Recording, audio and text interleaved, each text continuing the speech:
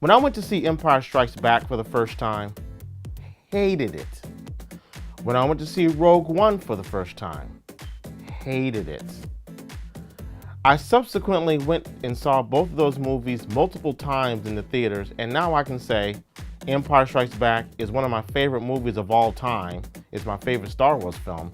Rogue One is either my second or third favorite Star Wars film.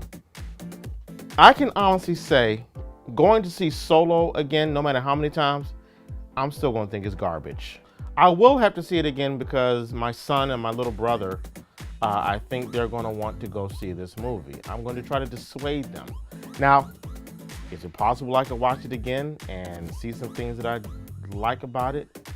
Highly doubtful. And you know why? One of the biggest things I had a problem with this film that's I think is gonna mar the film for time immemorial for me? Alden Ehrenreich.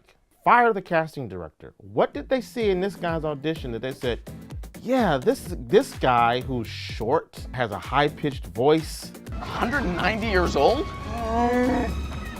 You look great. And sometimes mumbles his lines. This is the guy to replace Harrison Ford as one of the, if not the, most iconic sci-fi character in history.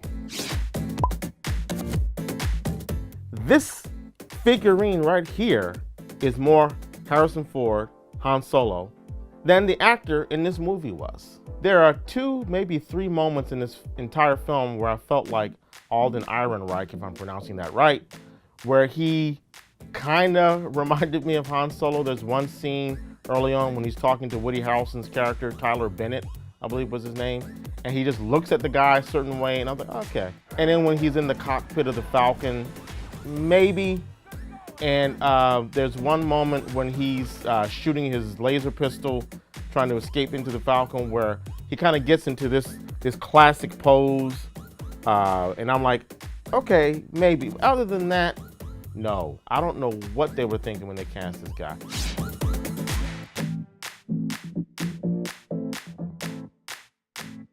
I saw an article where they said, just today, they said that the best thing about Alden Ehrenreich that makes him work is that he does not try to duplicate Harrison Ford.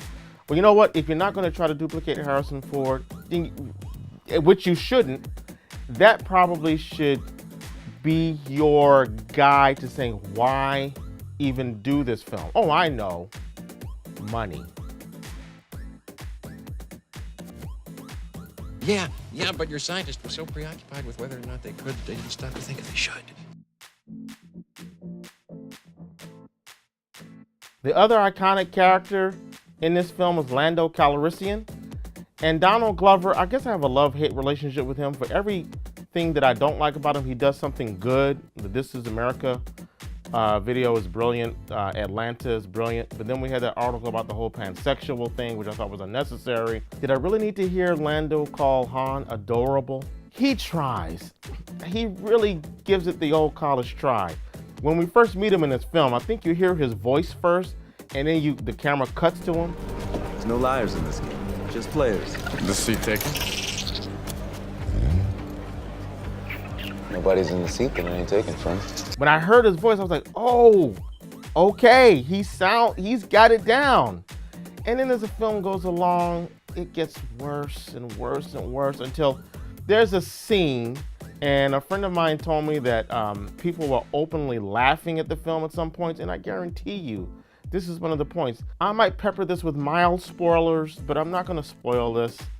But there's a scene that's just embarrassingly comical that wasn't intended to be with Lando. If this script had been produced when Billy Dee was playing the character, he would have looked at the script and been on his Mark Hamill. Yo, I don't like what you're doing with my character. I guess I gotta play it, but I sure don't like what you're doing with my character. It's clear that the film had problems. It kind of takes off in the beginning, and then it spurts and sputters. It's like you could tell when they needed to insert some action because they thought the pacing was slowing down too much. You feel that at the beginning it starts off with this car chase or speeder chase, then it slows down. And then it goes into the middle act, from what I remember. It goes into the middle act, I literally almost fell asleep. There goes into another action scene that involves a callback. Well, I would say the Kessel Run. Why do you want to have to show me the Kessel Run? Oh, there is a train sequence that's exciting, but it would have been more exciting if I cared about any of these characters. What do I mean? We start off the film and we see Han Solo in a relationship with Kira, who's played by Amelia Clark, I believe her name is, from Game of Thrones and Terminator Genesis. And there's no build up to that. There's no explanation as to why they're in love, how they met. Not that I need a lot of backstory, but I can't care about your relationships if I don't know how you got there. Some inkling, some dialogue that tells me how you got to where you are and how you became the people you are to be in a relationship. I don't know Kira, and this film doesn't even try to get me to understand who she is.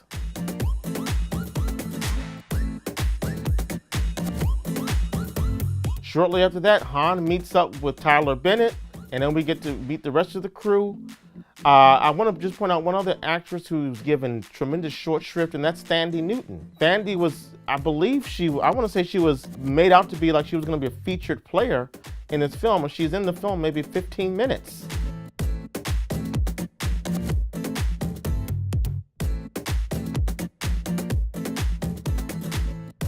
It's the Deadpool 2 Suicide Squad thing all over again. There wasn't anything that made me want to care about most of these characters. Now, Woody Harrelson's character, Tyler Bennett, they don't really establish him that well, but I don't know if it's because Woody Harrelson's such a great actor.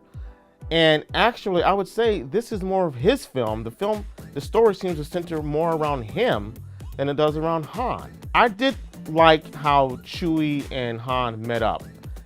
Even though they don't really establish Chewbacca, I mean, okay, we know who Chewbacca is. We don't need any backstory with him.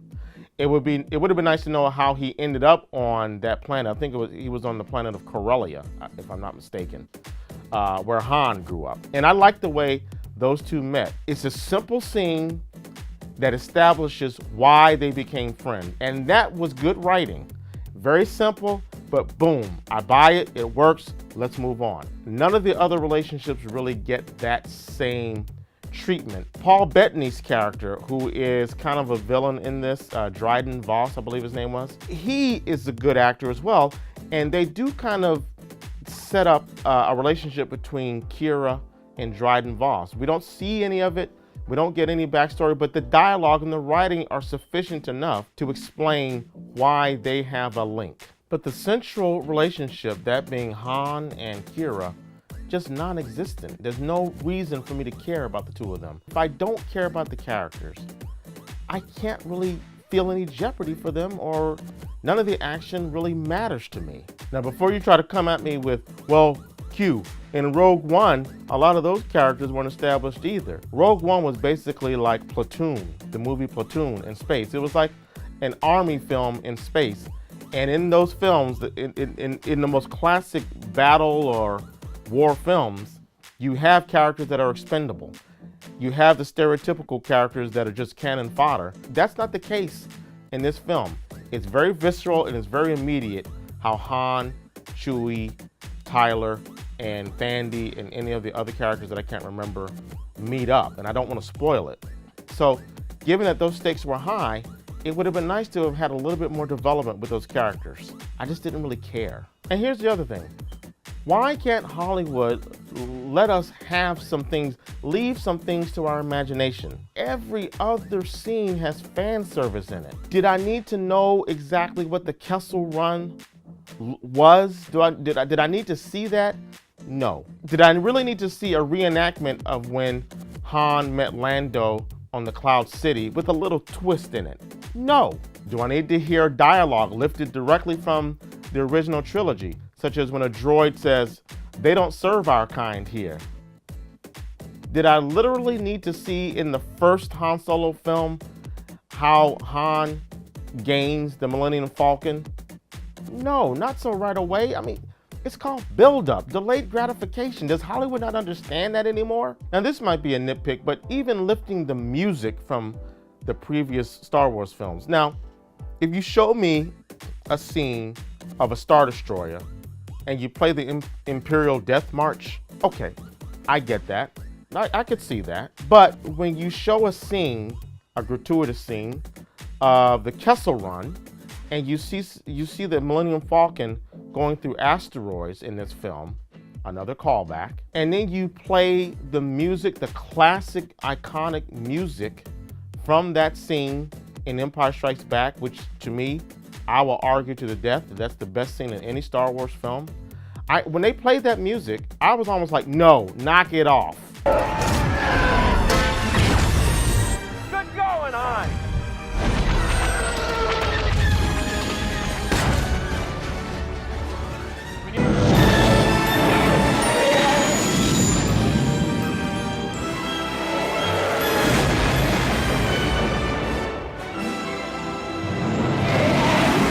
Stop it. You haven't earned the right to use that music that John Williams crafted in far better movies.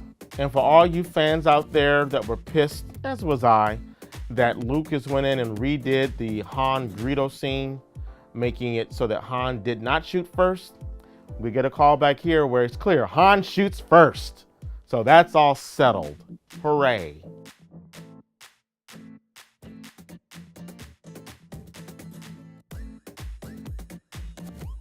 The last thing I'll say, and I'm probably digging a grave for myself, but I'm gonna go for it. You know, I am totally pro-feminist. I'm pro #MeToo.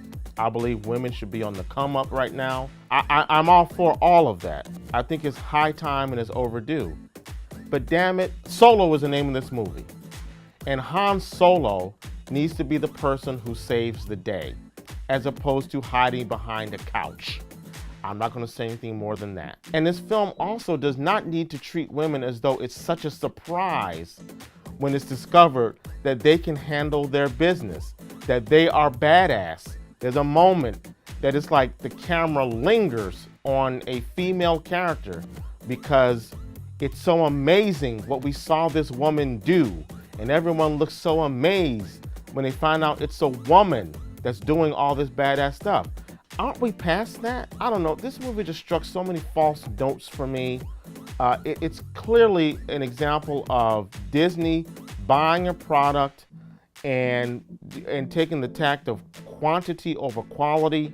I think they slipped in one. They got lucky with Rogue One, but it's clear to me that it's all about making money, as is all of Hollywood. But you know, sometimes Hollywood can make a good product and make money. Hey, T'Challa. How you doing, man? How you doing, bruh? So yeah, I'm giving this movie 2 reels out of 5. When I walked out of the theater, I was gonna give it 2.5, but then, you know, I slept on it. And what I tend to do is I try to reimagine the film or think about the film to see what it awakens in me and if it left an impression on me. This movie did not. And that's the martini.